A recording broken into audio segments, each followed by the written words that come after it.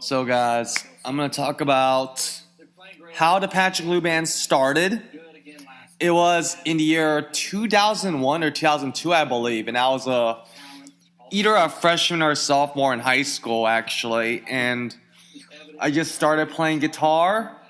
If you know me very well, which very few people do know the whole story before I started playing guitar, or when I started writing songs or recording or writing riffs and all that kind of stuff, I was actually originally going to plan to become either a graphic designer when I grew up, when it comes to this whole adult life thing, or become a professional athlete or something. But I kept getting injured while playing second fiddle while playing sports in school. And with friends that I decided one day when I was in middle school, I saw some bands play.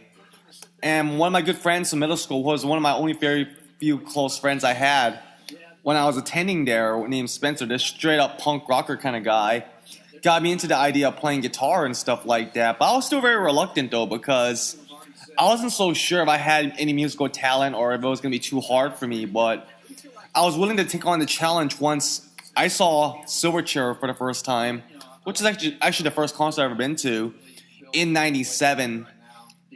When I was at that show, it made me realize I really wanted to play guitar and be in a band and write songs. But the main thing about when I was going through in middle school was I was basically bullied a lot, didn't have a lot of friends. I was dating this one Asian girl named Betty. We're still close friends, by the way, unlike most of my exes, which I won't get into. But yeah, in middle school, I didn't really have very many friends growing up, actually. So I took all that adolescent frustration and anger and being this troubled kid into something more positive. So I started playing guitar, actually, and took a few guitar lessons here and there. And around Christmas of 2000 or early 2001, my mom bought me this 4-track Tascam Portastudio. Keep in mind, this was before computers were powerful enough to run digital music software, digital recording software, and stuff like that.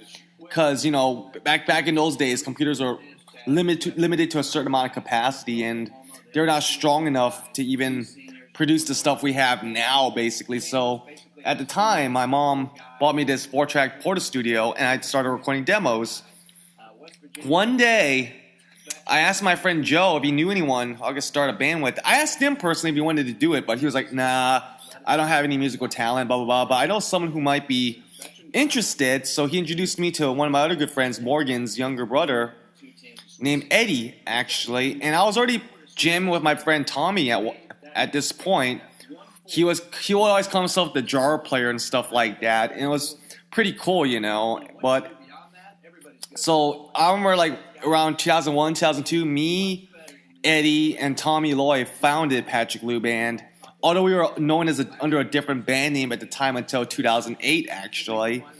And we were just these group of teenagers who had nothing better to do on the weekend. We just go to each other's houses, fuck around, play music. Even though we sounded like shit, you know. But it was fun looking back, though. 15 years later, I'm now 30, about to be 31 years old, and there was a lot of ups and downs in my life, I must say. Some of it was related to my romantic relationships with women or the opposite sex.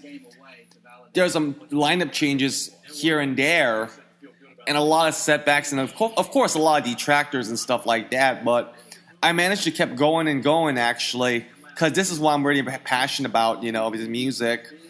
I mean, God knows, you know, if I wasn't working this 9-to-5 job like every single night or every single day, I would be doing music 24/7 as a career if I was ever that lucky, you know. And I would love to make music my main career.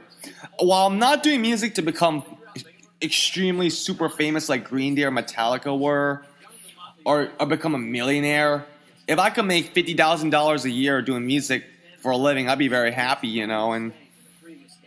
And of course, since 15 years later, I've recorded maybe hundreds of tracks. Some of it was kept on my hard drive on my computer. Some of it's posted on my website on various social media portals or pages like SoundClick and Reverb Nation, stuff like that, you know. Over the years, I've been teaching myself how to record music and stuff like that. and self-produce at home. I didn't have to go to a really expensive recording studio nearby locally and spend a couple of $1,000 because God knows I don't have that much money at all in my bank account. If anyone does, well, more power to them, you know.